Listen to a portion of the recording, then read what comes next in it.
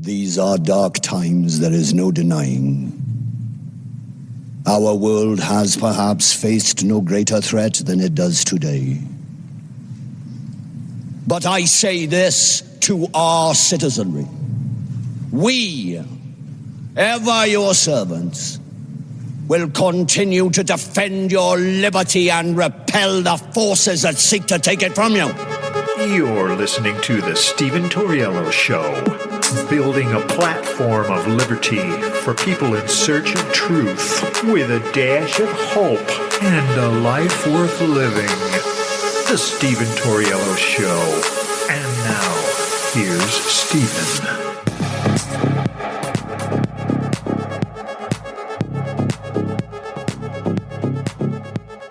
What's up, ladies and gentlemen? Welcome to the show. As always, thank you for tuning in.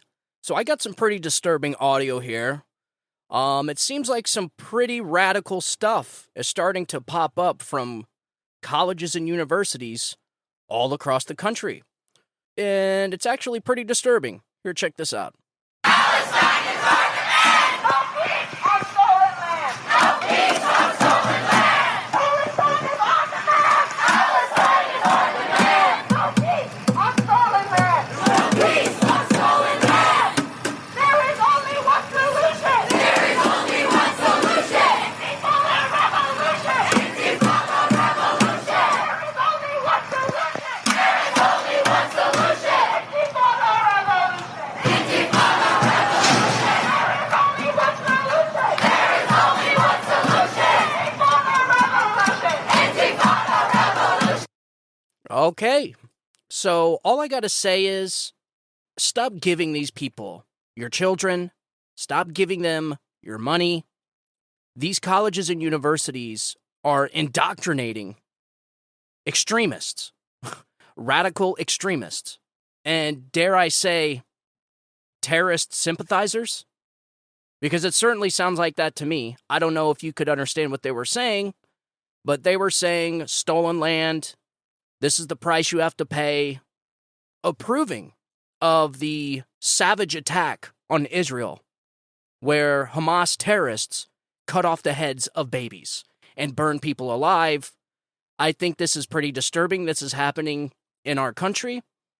And I think it's time that people just stop sending your kids to these colleges and universities. This was the University of Washington. It was a pro-Palestine rally advocating for one solution. This stuff is popping up all over the country. We just had 31 college professors at Harvard University essentially doing the same thing, advocating for what happened in Israel. This is weird, folks. I gotta say, this is really weird for Americans to be radicalized like this and sympathizing with terrorists. Like, who's teaching these kids to be like this? So here it is. You spend 20 years of your life raising your children to be God-fearing, good people, happy people.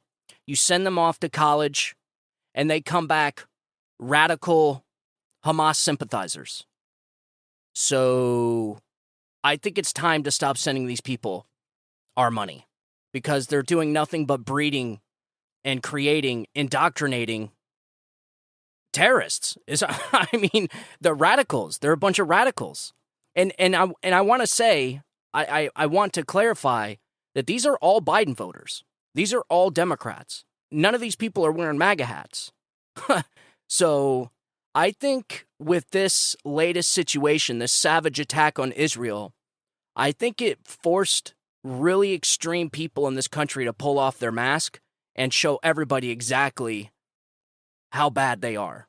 I did not realize there was this much anti-Semitism flowing through this country. And it certainly has shown, and this event has certainly shown just how much there is.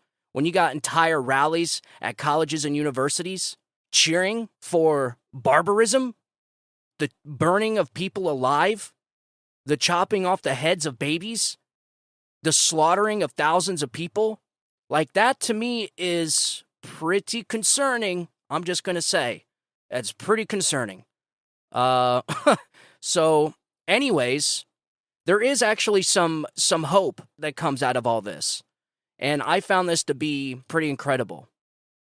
So I got an article here, hat tip to Jim Hoft. A plane of young adults from Peru touches down in Israel filled with young men and women ready to serve Israeli army in war against Hamas. This is awesome. This is the kind of stuff that gives me goosebumps, man. So there was a video released of a plane reportedly from Peru filled with Jewish youths who are flying to Israel to serve in the Israeli military. These young adults understand the importance of Israel's war against Hamas barbarians. And here is a video of a plane full, absolutely full, of young military-age men and some women going back home to fight for their country. This is incredible. Like I said, it gives me goosebumps just talking about it. Here, check this out.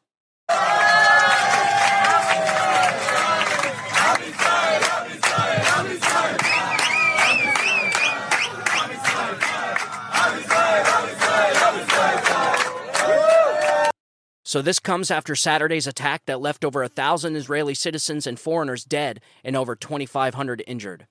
There were at least 100 hostages taken, including several dozen who were attending a concert that was targeted by Hamas barbarians.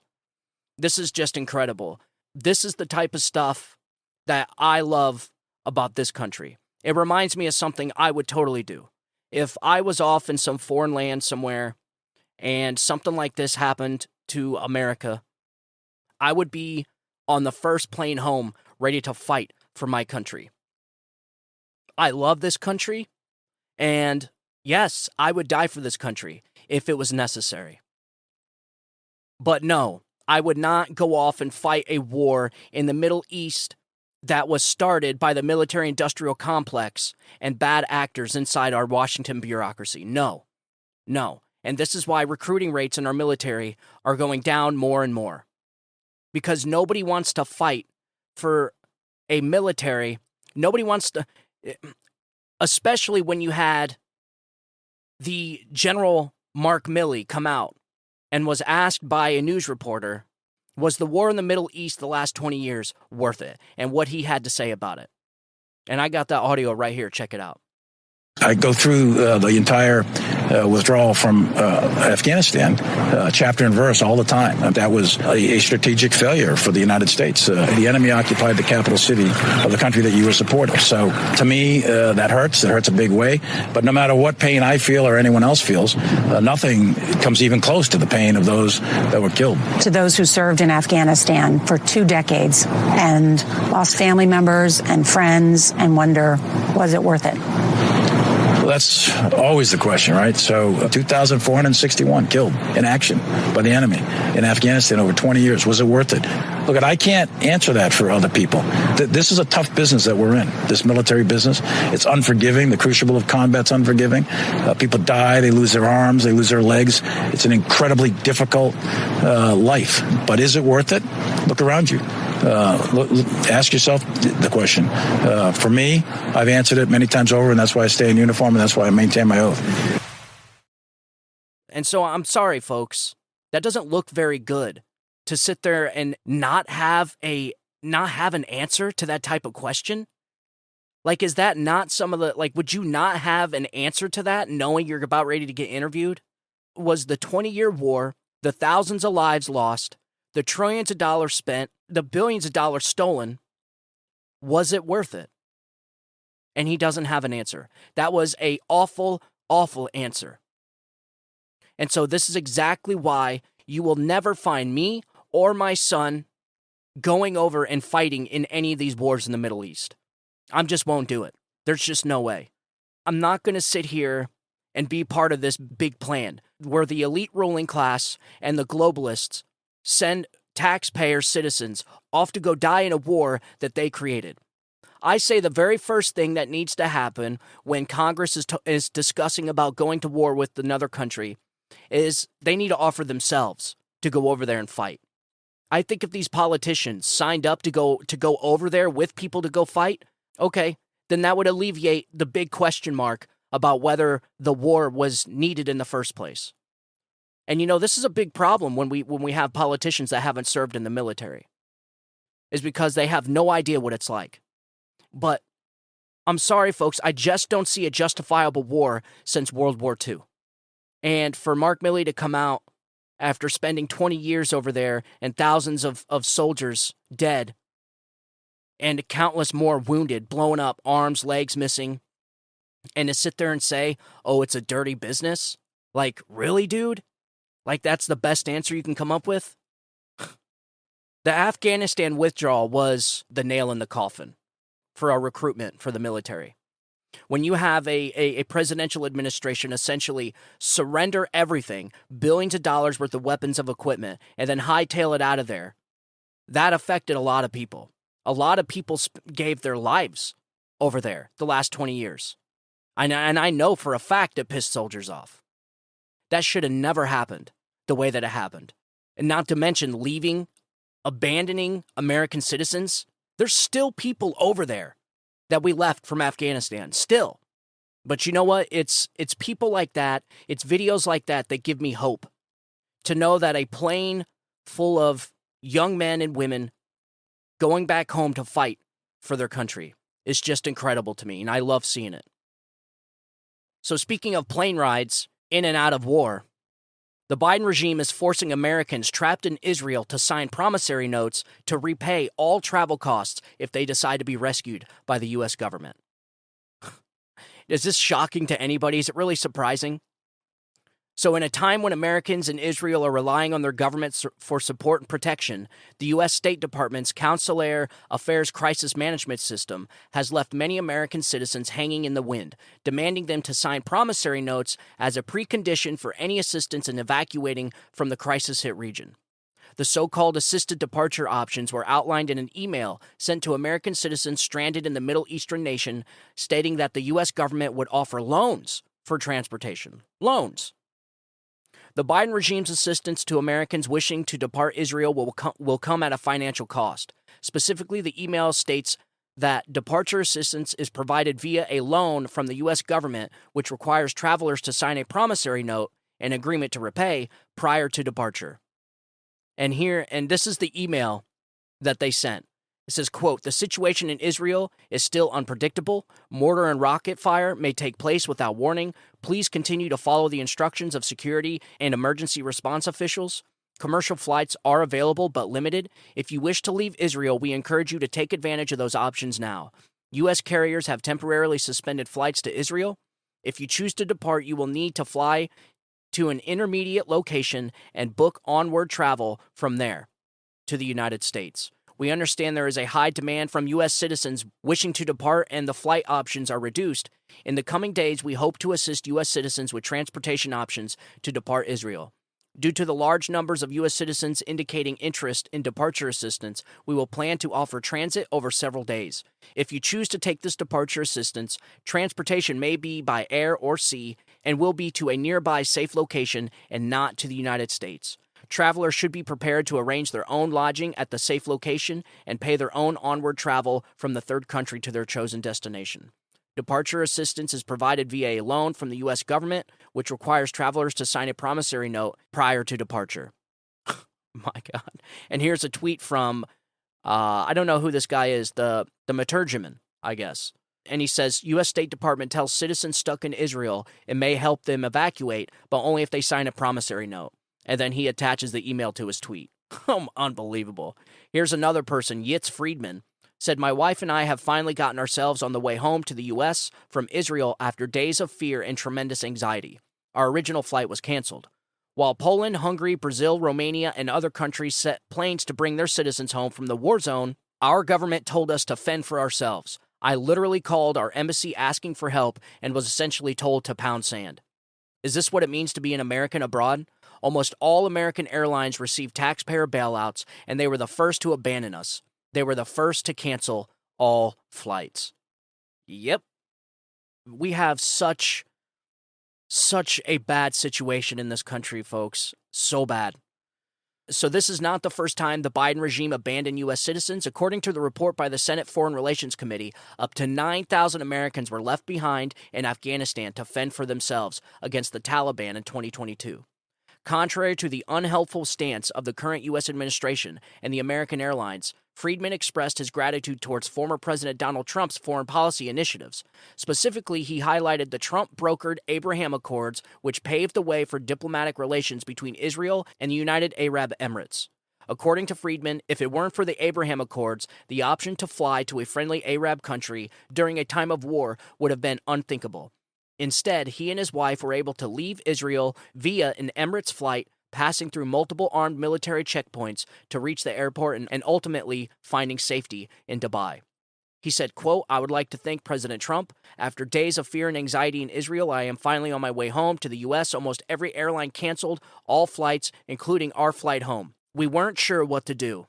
Luckily, one of the few airlines still running flights is Emirates. My wife and I just flew from Tel Aviv, passing 3 or 4 armed military checkpoints to get to the airport, and are now safe in Dubai, waiting for our connecting flight to the U.S. If not for the Trump-Abraham Accords, this would be unthinkable. There would be no flights from Israel to the UAE. To be able to fly to a friendly Arab country when even American flights won't dare at a time of war is miraculous. Thanks to Trump's efforts, thousands of American citizens have a way home from a very dangerous situation.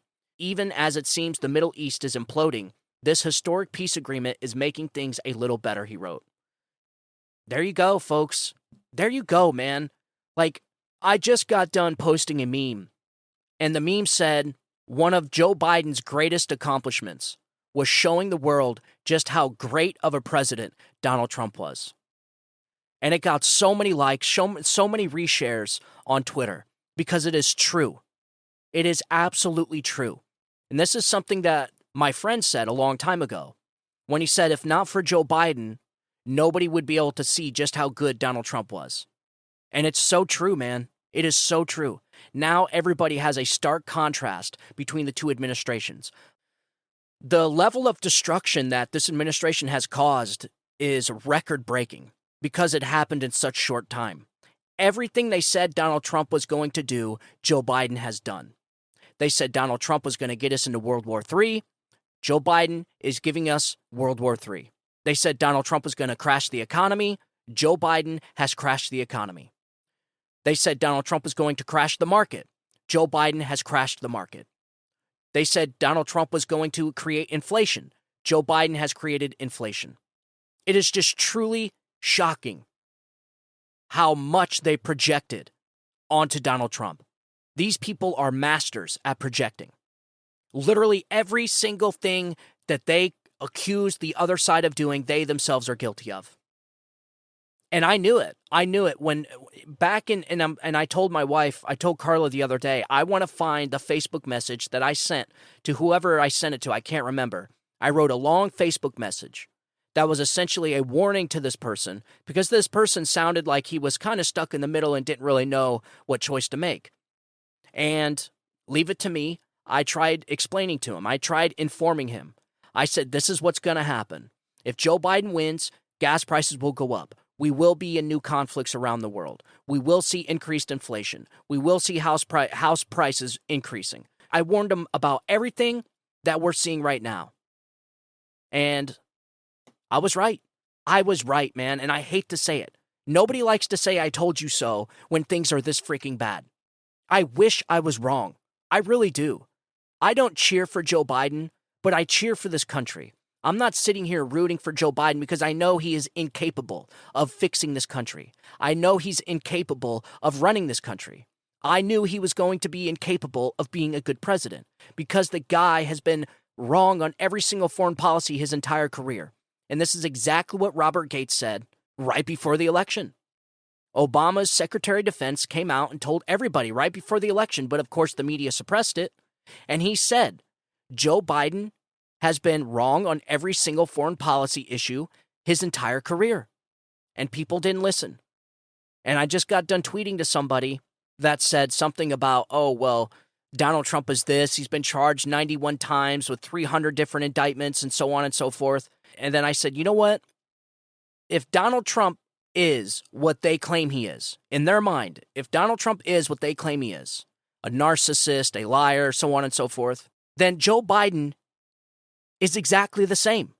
There is no difference between Joe Biden and Donald Trump. If what they say they truly believe, then there is no difference between Joe Biden and Donald Trump. The only difference is it was a lot better reading a mean tweet at 4 o'clock in the morning with Donald Trump talking about the media being fake news while filling my gas tank up for $20 than it is to see the type of destruction that we're watching right now. It's amazing what a difference one election can make. It's like that analogy where I was talking about the guy cleaning up all the trash off the beach.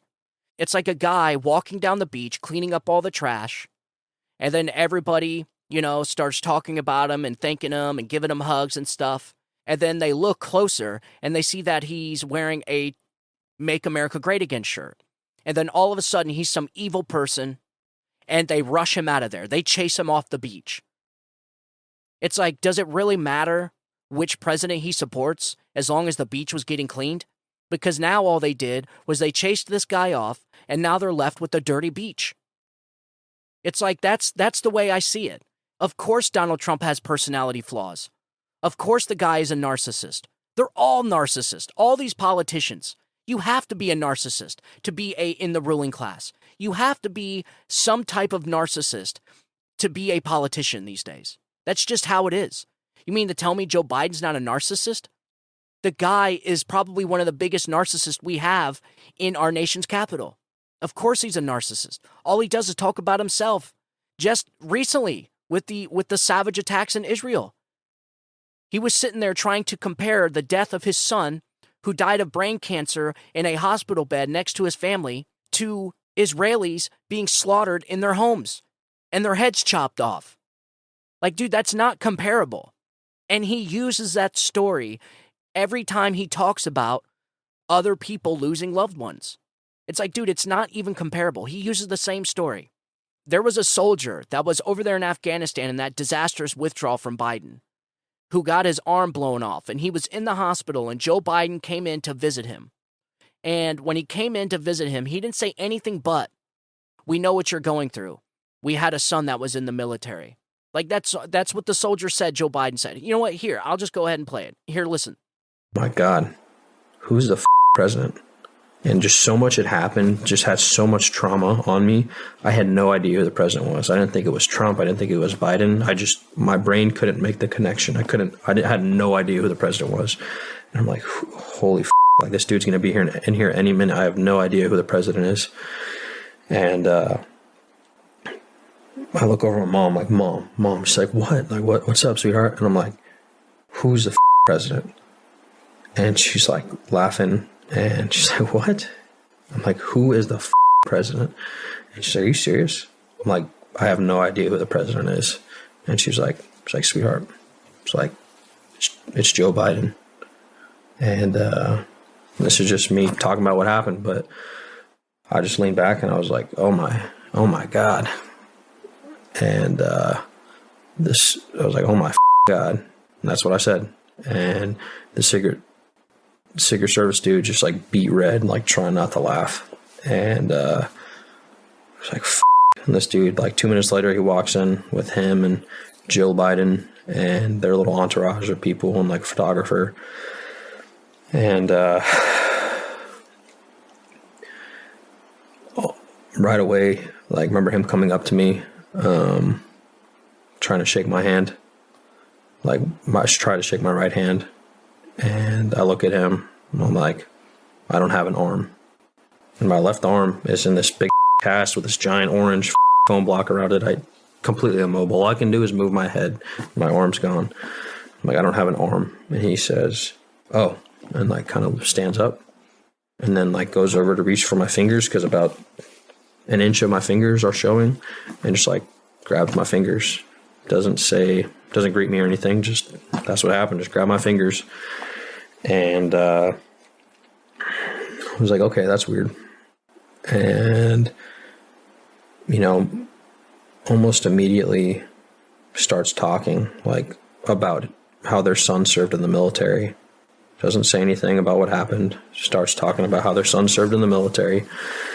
And my mom is just like, she's furious at this point. And they're like taking pictures and stuff. And she goes, she was like, my mom said that, she was like, I don't give a f***. I don't care what you guys f***ing do. She's like, you better take care of him for the rest of his f***ing life. And like, she said that. And I'm sitting there, and he comes over to me, and he leans over me. And I have a picture of this to prove it. I'll show you this picture that I have. It's a pretty funny picture. He leans over me, and he's like this close to my face, and he's like, what do you want? And I said, what do you want? Yeah, he said, what do you want? And I said, what? He said, what do you want? And I'm just like confused. I just got blown up. Just fucking saw my friends die next to me. I'm like, I just want to be myself. And he's like, huh? And my mom's furious. And she's like, he said he just wants to be himself. He just wants to be him. He said he just wants to be me. And he goes, oh, okay. And they just continue to talk about everything but what just happened. And then they just ushered him out of the room. He didn't know what to say. They ushered him out of the room, and that was that. He does this all the time, folks. He's been using the death of his family to prop himself up and to get sympathy votes from people for decades. He's been doing it since his wife and daughter was killed in that car crash. And it wasn't enough for him just to tell people, yes, I lost my wife and daughter in a car crash. No, he had to sit there and blame it on a semi-truck driver accusing him of being drunk and striking his wife's car, when that was a complete lie. And he lied about that man for years. He lied about that man all the way up until that man's death. So that man had to go his whole life up until his death with Joe Biden accusing him of killing his wife and daughter. And he kept using it even after that man passed away until his daughter came up and told Joe Biden to stop telling that lie. That's a real story that happened. We just talked about it the other day. And so Joe Biden is a complete narcissist. Does it really matter if Donald Trump is a narcissist or if Donald Trump has some personality flaws? As long as our country was improving, as long as the quality of people's lives were bettering? No, it doesn't matter. These people don't put country first. They put their party over country. And it is a common theme of leftist radicals. It is a common theme of fascists. They always put the party first. Party comes first. This is why Democrats all align with one another, no matter what it is. You'll never see Democrats break off from the pack. That is not a sign of unity, but a sign of fascism. Because party comes first no matter what. And to them, the ends justify the means. And to them, you got to break a few eggs to make an omelet. These are the type of things that they do. And as I'm scrolling through social media, all I see is people ragging on the Republicans for having this speaker battle. Folks, that is a good thing. What you're watching is exactly how the founders intended it to be. If the American people are not happy with their speaker, then that speaker gets replaced with somebody else. That is how that works. That is a process that was written out for the American people by the founders in the founders' contract to the people. And so there's only one side that's trying to change course here, and that is the Republicans. The Republicans, more notably the MAGA Republicans, you know, the ones that Joe Biden calls MAGA extremists, they don't like Kevin McCarthy. Why? Because Kevin McCarthy wasn't keeping his word. He wasn't getting things done. He wasn't getting any wins for the American people, and the American people are not dumb. The American people can clearly see that Kevin McCarthy was delay everything. Take your time, stretch it out, and then here we are 9-10 months into the speakership, and the Americans have no wins for electing the Republicans. They have no wins for having Kevin McCarthy as a speaker. So what does the MAGA people do? What do conservatives do? They say, no, we want a new speaker because we want stuff done. We want subpoenas for Joe Biden. We want subpoenas for Hunter Biden. We want investigations into January 6th. We want investigations. We want to subpoena Barack Obama. We want answers for the COVID, the origins of COVID. Like, we want the footage from January 6th. Like, these are the things that Kevin McCarthy said he was going to do, and he wasn't doing them. And most of all, Kevin McCarthy said they was going to get the budget under control, the spending under control. Why? Because the American people know that more government spending equals inflation. And so What did Kevin McCarthy do? Nothing. Did he cut spending? No. Did he decrease inflation? No. So like I said, the American people aren't dumb. They wanted somebody in there that's going to give them results. Kevin McCarthy was not the guy. I'm sorry. He's probably a super nice dude, but he was not doing what he said he was going to do for the American people. And honestly, the Republicans can turn this into something good.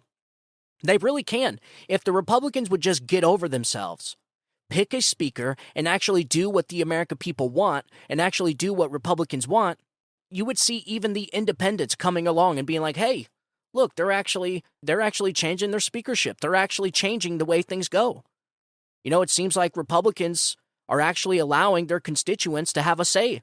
You know what? I like that. I'll vote for that because at least they're getting things done and they're changing the course of this country. They're changing the way things go. You only have one side doing that. Democrats aren't doing that.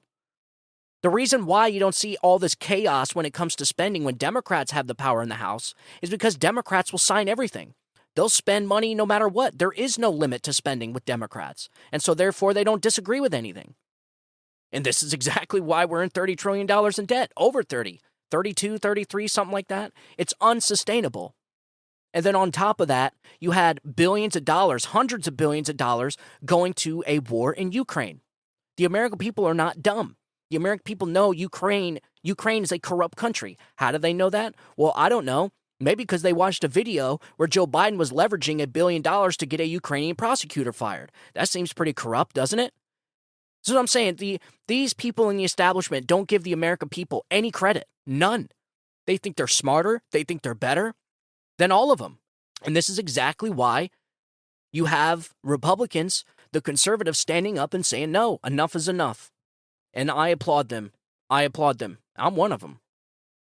So to go back to my original thought, it doesn't matter about character flaws. It doesn't matter about Donald Trump being an orange. The guy gave the people a better country. Donald Trump gave this country the best years it's seen in decades. So why does it matter what his character flaws are? Why does it matter if he's a raging narcissist? Just so long as the country is improving. People don't care. Like, sane, rational people are not electing a president to be their grandfather. They're not electing the president to come over to their home and eat dinner. They're electing a president to lead this country into prosperity.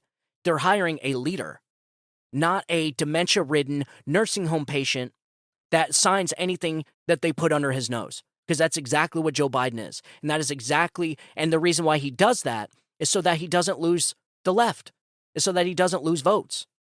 Everything these people do is for votes. And listen, it would not surprise me if we are in these conflicts because of the election. I'm just going to go ahead and throw that out there. That's how I feel about it. I feel like all this stuff is connected.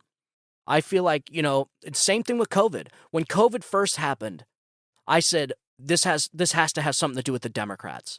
It has to, because it was a year before the election, and they weaponized the pandemic to get Joe Biden across the finish line. It's exactly what they did, and it worked. And then here we are, around the exact same time of the 2024 election, the exact same timeline as COVID. We have the brink of World War III. No, man, it's just the whole situation doesn't seem right.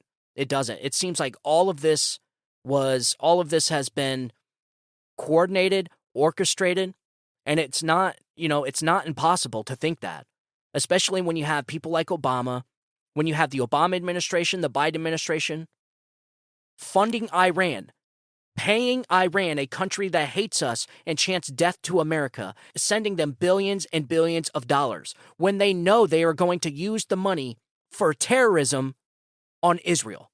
Like, they knew that. They know this. Now, would any of you do that? No. Why? Because it's a dumb thing to do. You don't give a country that hates you billions of dollars. I don't care if it's theirs. I don't care if it was frozen assets. You just don't do it. It is the dumbest thing on the face of the planet. It is the dumbest thing I've ever heard of. And this is the result of having a stupid administration that puts optics in front of everything. They put their own self-interest, their own electability, their own thirst for more votes in front of everything. And if they got to go to war to get more votes, they will. They absolutely will. And so these are the things that I'm trying to get through to people on social media. Like, why does it matter if Donald Trump is orange, or if Donald Trump is a narcissist, or if Donald Trump has personality flaws? Hell, to me, that makes him more genuine. When the guy sits there and talks the way that he does, he talks like a regular person. Joe Biden, the guy is a robot, man. You know, and this is why he's a freaking disaster out there. He'd be better off just turning the teleprompter around for everyone else to read. Because he can't do this. He has dementia. He is a nursing home patient. He needs to be retired on a beach somewhere with a quilt over his lap, feeding the pigeons and watching the sunset. I'm sorry. That is who Joe Biden is. And to sit here and say that the American people should want to elect Joe Biden to ride this, what is appearing to be World War III, to guide us through World War III is insanity. Insanity. And if you need any proof that he is not able to do this, just look around. Look at the damage that this administration has caused in the last 3 years. It is astronomical. It is record-breaking. 3 years, this much damage. 3 years, and they have caused generational damage. And in some cases, maybe irreversible. If we get into World War III, if we go to war with Iran and China invades Taiwan, and we are in a multi-front war, that's World War III. But if we go to war with Russia, China, Iran, and North Korea, ladies and gentlemen, I mean, we're talking global annihilation here. We're not talking like we're not just going to send money for a proxy war. No, we're talking about major kinetic war with multiple countries. We're talking about world war. And so, honestly, I want someone like Donald Trump. I want a real leader in there. I want someone that's strong. I want someone that's not going to take no crap from nobody. Because look, whether you like it or not, there was no new wars under the Trump administration. And I find it completely ironic how the one guy that's never been in politics since George Washington gets elected and we don't have any new wars. And 6 months into an administration with a 50-year career politician as the president, we're into not one war, but multiple wars. It's just, it doesn't make sense, man. It doesn't make sense. And so what you're going to start seeing is the propaganda is going to start going up. As we're getting closer to the election, we are going to see a propaganda campaign unlike anything we've ever seen. And so here's an article from Christina Layla. It is 100% complete propaganda. You want to know what it sounds like? This is what propaganda sounds like. You ready? By at the CME in Chicago, Rick. Yes, and it's dropping as if somebody thought they had the number, but they're wrong because it's hotter than expected. CPI for the month of September, folks. Headline expected up 0.3. And many are saying if you extrapolate this number, we're in the twos. Well, it's up 0.4%, up 0.4%, still 0.4%, folks. This is exactly what propaganda looks like. This is Rick Santelli on CNBC TV sitting there telling you that the economy's going great. Yeah, the economy's going great, folks. See revision to up 0.6 in the rearview mirror because, of course, up 0.6 was the highest since June of 22. Strip out the all-important food and... You're talking about on the ticker at the bottom, as this fraud is talking and spewing propaganda. On the bottom, the consumer price index, it's up 0.4%. 0.4%, folks. And he makes it sound like it's up like 10%. This is exactly what propaganda looks like. Which is what I was referring to with that extrapolation. It hovers at up 0.3%. That is the second month in a row it's been there. We haven't had a revision yet. The prior 2 months were the lowest since February 21. We had back-to-back up 0.2, but it's now up 0.3. And year-over-year, 3.7. Year-over-year headline, 1/10 hotter than expected. That's propaganda.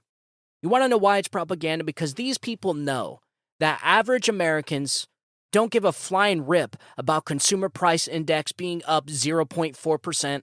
So what he does is he comes out there and he gets all cheery and happy. And if you're just a normal, uninformed person, you're going to be like, oh, well, that must be great. And they even put all the letters in green. Oh, yeah. Oh, yeah. Trust me, folks, a consumer price index up 0.4% is not good. It is nothing to be all happy and giddy about. This is exactly what propaganda looks like. And the American people the American people aren't buying it. They're just not buying it. So Joe Biden's America, consumer prices rose 0.4% in September, and they say hotter than expected. The core CPI excludes, get this, you ready? The core CPI excludes food and energy prices. And here are the numbers for the last month. Energy costs are up 1.5%. Gas prices are up 2.1%. You'll start noticing gas prices going up towards $5 a gallon. Fuel and oil prices are up 8.5%, and food prices are up 0.2%. On a 12-month basis, food costs climbed 3.7%, including a 6% increase for food away from home, while energy costs were off 0.5%, a CNBC reported. Now, does that sound good? It's not good. And what he's trying to do is make it sound swimmingly. Everything's just going great, folks. The Biden administration's doing good. That is propaganda. That is real-life propaganda. And so what you'll see is you'll have every single media outlet that's owned by the administrative state. They will be essentially repeating the exact same lines that this guy is repeating, because that's how propaganda works. And so this is how they manipulate the people. This is how they manipulate the population, by not just one media outlet doing it, but all of them. And I'm sorry to say, folks, but the administrative state owns 95% of the media. And so unless you're getting your news from alternative media outlets like this one or any other podcast or YouTube channel or Rumble channel, you're actually going to believe, oh yeah, Biden must be doing a great job because this guy, he's happy. He's saying things are going up. I don't know what 0.4% is, but hey, it must be good, right? This guy seems happy. It's propaganda.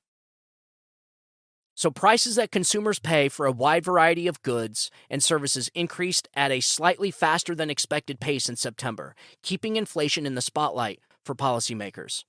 The Consumer Price Index, a closely followed inflation gauge, increased 0.4% on the month and 3.7% from a year ago, according to a Labor Department report Thursday. That compared with a respective Dow Jones estimate of 0.3% and 3.6% headline inflation increased at 0.6% in August.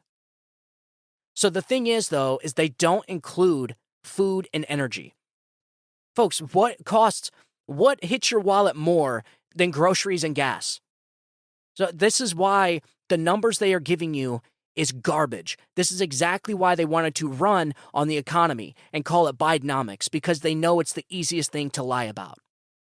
Okay? It is absolutely atrocious. All right? There's a 0.4% increase is not good. It's not good at all. But they want to make it appear good. And it says the Consumer Price Index rose 0.6% in August, the biggest monthly gain for a year. 0.6% in a year. Energy prices soared as real wages declined. Gas prices once again soared to record levels for the year. Californians are paying over $6 per gallon of gas. Grocery prices are up 19%. Americans are suffering because of Joe Biden's tax and spend policies. The popular 30-year fixed-rate mortgages are between 7.5% to 8%, and housing prices are plunging. 8% for a mortgage interest rate. That is insane. Most people, if you got your home during the Trump administration, you paid, I seen interest rates lower than 1%. It was insane, which is exactly why I got my house during the Trump administration, because I knew this was going to happen. I got my house in 2019. I knew that the risk of Joe Biden winning the election was going to cause all this horrendous damage. I knew it. And I was so confident that I knew Joe Biden was going to destroy this place. I prioritized buying a home. Because I knew I had to buy a house, because if I didn't, I was going to be stuck in that apartment forever. And so me and my wife, we focused on getting a house for 6 months, and we got it. It was like at 2% interest. I seen some people getting them for less than 1% interest rates. Now you have interest rates at 8%.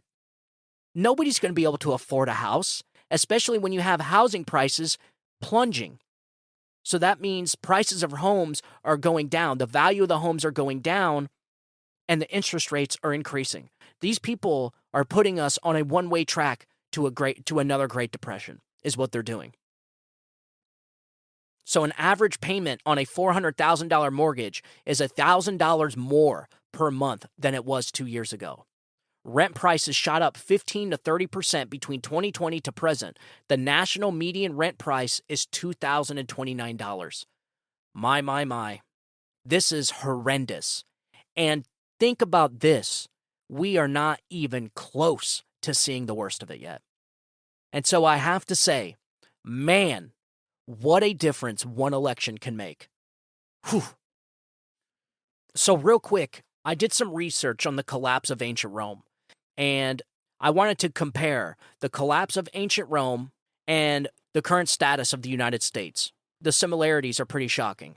So the collapse of ancient Rome was a complex process that occurred over several centuries.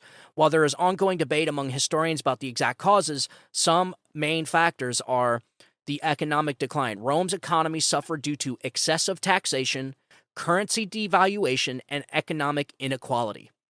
Number 2, military issues. The Roman Empire faced external threats from various barbarian groups, and the cost of maintaining a large military strained the empire's resources. Sound familiar? Number 3, political instability. Frequent changes in leadership, corruption, and power struggles weakened the Roman government. The division of the empire into the Western and Eastern Roman empires also contributed to its decline. Number 4, social and cultural factors. A decline in civic virtue, urban decay, and moral decadence played a role in the empire's fall. Number 5 is the split between the Western and Eastern Roman empires made the Western half more vulnerable to outside invasions. And number 7 is invasions, barbarian invasions, most notably by the Visigoths, Vandals, and the Huns, severely weakened the Western Roman Empire. Ancient Rome fell in 476 AD. And just like I always say, history doesn't repeat itself, but it certainly rhymes. So does it really matter if Donald Trump is this raging narcissist, or he's orange, or he tweets mean things, or he calls the media fake news? Does it really freaking matter who's cleaning the beach, just so long as the beach gets cleaned? And that's the way I feel. I'm not voting for Donald Trump to be my best friend. I'm not voting him so that he can come over and have dinner with my family. I'm not voting for a friend. I'm voting for a leader, and I'm voting for a leader that is going to improve the quality of this country and my fellow Americans' lives. That is what I'm voting for. And so that is why I put this country before my party. If Donald Trump were to be running in the Democrat Party, I'd be voting Democrat. And that's just how I feel about it. Donald Trump is a proven leader. He's given this country the best 4 years we've seen in decades. He was not a fascist. He did not bring us into World War III. He did not collapse the economy. He didn't do anything they said he was going to do. It was actually Joe Biden who they told you was going to make this country great, was going to build back better, was going to keep us out of war. Remember Joe Biden promised us unity, but instead gave us a banana republic. So everything that they said Donald Trump was going to do, Joe Biden is actually doing. Pretty sad stuff. So, as far as the war happening right now, no new updates. They're still working their way into Gaza. So, just to leave off with a little bit of hope, because I don't want it to be all doom and gloom. You guys, I don't know if you've seen that footage of that German girl, that 30-year-old German girl that looked like she was dead. Well, they think she may be alive. So I got an article here, hat tip to Revolver News, which is Darren Beatty. Says the festival goer whose half-naked body was paraded through the streets by Hamas may somehow be alive, says the mother. So in unexpected yet hopeful turn, the young festival attendee reportedly kidnapped by Hamas terrorists and subjected to public humiliation, including being paraded around half-naked and spat upon, is said to be alive. The mother of 22-year-old Shani Luke claims she is alive and in critical condition with a severe head injury. Luke's mother, Ricarda, said Tuesday that her family has received information that claims the 22-year-old is alive, citing unnamed Palestinian sources as the origin of the info. So I was wrong. The report said she was a 30-year-old, but this says she's 22. So I thought she looked a little young when they said that she was 30. I thought she looked a little young to be 30 years old. But so she told German news outlets that her daughter is currently in Gaza hospital with serious head injuries and is asking the German government to act quickly to get her out of the conflict zone, adding that every minute counts. As we reported, Ricarda was pleading for anyone with information about her daughter to come forward after seeing the brutal video of Luke's naked body being paraded and spat on in the back of a Hamas pickup truck. We hope for the best for this young woman and her family. We pray this information is accurate, and we wish her a swift recovery and hope that her captors face prompt and brutal justice. Yes, this is amazing because I honestly, this was probably one of the most circulated photos and circulated videos was this girl face down in a truck. I thought she was dead. This was one of the first videos I watched, and I was just like, oh my God. Like, it was just shocking, man, to see all these videos and photos, all this carnage happening. And this young woman, this young lady, this 22-year-old was the first video I seen. And it did look like she had a massive head injury because when she was in the back of the truck, she was face down. You could just see blood under her face. So I'm like, oh man, they must have shot her in the head or something. Her leg was all twisted and contorted. That's actually how they identified her, by using the tattoo on her leg. So they used the tattoo on her leg to match to her Facebook profile, I think, or Twitter profile, and that's how they identified her. Well, apparently she's in a Palestinian hospital in critical condition with severe head injury.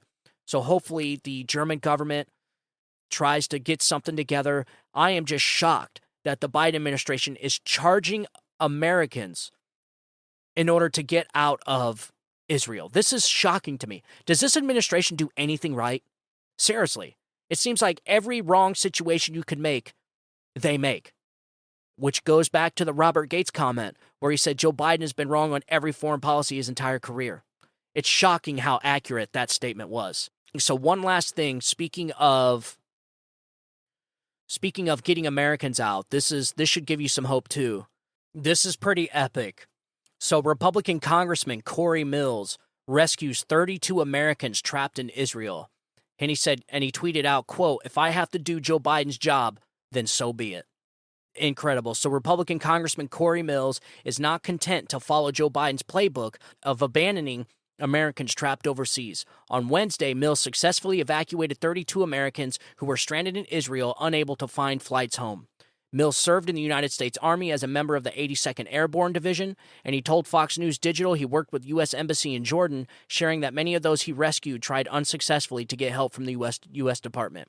Mills helped the stranded Americans move across the Jordanian border to arrange flights back to the United States. Awesome, man. He said Mills joined Laura Ingraham and shared, "We are getting a ton of requests from Americans who are stranded. Unfortunately, once again, the State Department is playing everything on hope and prayer and no real strategy. I put all of this 100% on the Biden administration. Biden released $6 billion. It's still fungible and very easily movable income that they have. We are literally funding the very terrorism that's hitting our allies and endangering Americans, as well as for leaving billions of dollars in Afghanistan that's now finding its way into these war zones to be utilized against Americans. The Biden administration, again, weakness invites aggression. I can tell you right now, as an elected official, I am not going to stand for it. If I have to come over here and do Joe Biden's job, then so be it." Yep, incredible. And, this happened in Afghanistan. Republicans, Republican radio hosts and podcasters and really prominent figures had to muster up a lot of money. They had to put together all the powerful connections they had. I think it was the Blaze. What's his name? Glenn Beck. So Glenn Beck at the Blaze, he put forth like millions of dollars. They had to rent entire airline planes and pay the insurance because it was in a war zone. Just incredible, incredible stuff that happens. But it's just unfortunate that it's not our government doing this. And this is all to blame on the Biden administration. Does anybody really think that the Trump administration would be leaving any Americans there. No, I can actually see Donald Trump getting on the phone to these terrorist leaders and saying, if one hair is harmed on these people's heads, I will shove a Hellfire missile up your ass. Like, I could totally see Donald Trump doing that. And so this is awesome to see this type of collaboration. It's just unfortunate that it's congressmen and regular Americans that are having to go save their fellow Americans, and not the State Department and not the government, which, mind you, caused this disaster, caused all this by giving billions and billions of dollars to a country that hates us. So I just wanted to leave off with a little bit of hope. And Corey Mills is out there doing he's out there doing the American thing that we all wish we could do. You have there's a lot of, in times like this, it's supposed to be unifying. But Americans are so divided that we don't have anything in common anymore. We can't even unify on saying chopping babies' heads off and burning people alive is a bad thing. No. These people are so deranged. They are so just radical that they support this type of stuff. And they're all being radicalized in these colleges and universities. So look, like I said in the beginning, if you have kids that you plan on sending to college, don't. Do not send your kids to these colleges and universities. There is plenty of money to be made out there in the trades craft. Tell them to go be an electrician, go be a plumber, go be a carpenter. All of these trades start out making more money than a college student just getting out of college. And they don't have $200,000 in student loan debt. So listen, trade school's the way to go. The only way I see anybody having to go to college is if you're trying to be a doctor, a scientist, or a lawyer, or any kind of specific, any type of specific occupation like that. That's it. But to go in and get a degree in philosophy, that's ridiculous. And come out with $200,000 in debt, and your kid is turned into a radicalized terrorist, cheering for burning people alive, cheering for burning Jews alive. It is sick. No, I don't think so. So, all right, ladies and gentlemen, that's all for today's show. I'm working on another one right after this. We're going to have another one put out tomorrow. I'm trying to do the best I can, keeping up with all the news happening over there in Israel, happening overseas. The next move on the chessboard is going to be China invading Taiwan. And I don't put it past China at all. If they were going to do it, now would be the time. And I'm just saying that because that's what I would do. I don't see a better strategic time to do it than now. You have a weak administration with a weak commander-in-chief. You have a weak military that is demoralized from the Afghanistan withdrawal. You have open, porous borders where you can flood sleeper cells inside the country and attack on your command. Like, everything is lining up here to be a very, very bad situation. So if I were to bet anything, I would say China's going to invade Taiwan. Everything we do from here on out is going to determine the future of this country. And it's scary as hell to know that the future of this country lies in the hands of the dementia-ridden nursing home patient, Joe Biden. That, to me, is terrifying. So we'll find out. But I will keep you up to date. Like I said, I'm going to be putting out another show. If you guys have any questions, send me an email, StevenTaurielloShow@gmail.com. If you could, please follow the show on Facebook, follow the show on Rumble. I'm trying to get more content out on those platforms. So if you could, I'd really appreciate it if you found the show on Facebook, follow the show on Facebook, follow the show on all the social media platforms, and then share it with your friends and family. We got to get the show out there because the algorithm's not going to toss the show around. So the more people that get the show, the more people are going to be informed. So if you find the show on social media, make sure you follow it and then also share it. I really, really would appreciate it. It helps out a lot. Also, let me know how I'm doing. Let me know if you like the show. Send me some comments. Send me some, I'm not afraid of some constructive criticism. So send me your opinions about the show. Let me know how the show's going. If you have any suggestions for the show, send them over to me, StevenTaurielloShow@gmail.com. I want you guys to have a good day. Have a great weekend. TGIF. I'll talk to you guys tomorrow. God bless you, and God bless America. You guys have a good day. Bye-bye.